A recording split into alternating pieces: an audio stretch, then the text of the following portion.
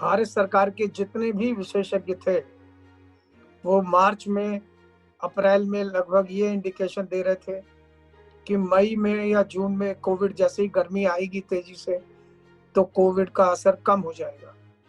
मई भी निकल गई, जून भी निकल गया।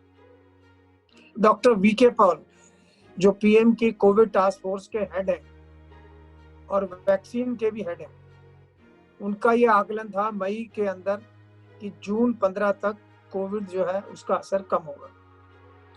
लेकिन इंटरनेशनल जितने भी एक्सपर्ट हैं उन सब ने लगातार ये कहा, क्योंकि भारत के अंदर 3 चीजें, लोग सोशल डिस्टेंसिंग का पालन नहीं कर रहे। जब तक लॉकडाउन रहा तो इतनी सख्ती से रहा कि उसने पूरी इकोनॉमी को जर्जरा दिया। अब भारत सरकार अनलॉकिंग पे चल रही है, अनलॉकिंग 4 हो चुकी है और कोविड के मामले बढ़ने लगे हैं। अब ये हालत है कि 80,000 के लगभग केसेस रोज हो रहे हैं। एक अच्छी बात इसमें सिर्फ इतनी है कि हमारा 77% रिकवरी रेट है और 10 राज्यों में कोविड का प्रकोप ज्यादा है। दूसरी अच्छी बात यह है कि हमारा death rate, fatality rate Covid का सबसे कम है विश्व में। अमेरिका में 3.5% है तो भारत में 1.72 यानी 2% से भी कम है। ये एक अच्छी बात है। लेकिन जो इंटरनेशनल एक्सपर्ट है उनका ये भी कहना है कि भारत के अंदर हेल्थ इंफ्रास्ट्रक्चर कमजोर है, वैक्सीन का भी दूर दूर तक पता नहीं है।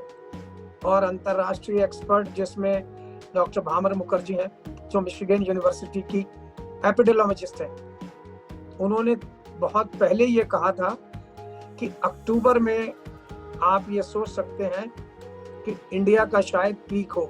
हालांकि MIT जो यूनिवर्सिटी है यूएस की, उसका ये आकलन है कि इंडिया में 2.5 लाख केसेस रोज होंगे और 2021 के शुरू में जाके ये पीक टच करेगा। ये सब अभी आकलन है, कोई आकलन ठीक नहीं हुआ।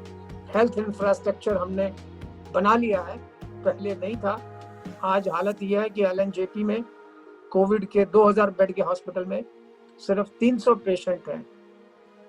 तो अभी कोविड का प्रकोप इतना ज्यादा नहीं है, केसेस बढ़ने के बाद रिकवरी रेट, लेकिन ये रिकवरी रेट भी 90% होना चाहिए।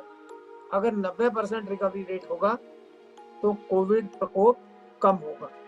अगर जिस देश में भी रिप्रोडक्शन रेट 1 से नीचे है, 1% से नीचे है, 1% से नीचे का मतलब है एक आदमी जो है वो 1 से कम लोगों को इन्फेक्ट कर रहा है, उसको रिप्रोडक्शन रेट कहते हैं। तो ये अगर कम होगा तभी कोविड कम होगा और इसका पीक जो अक्टूबर में माना जा रहा है उसको भी देखना होगा।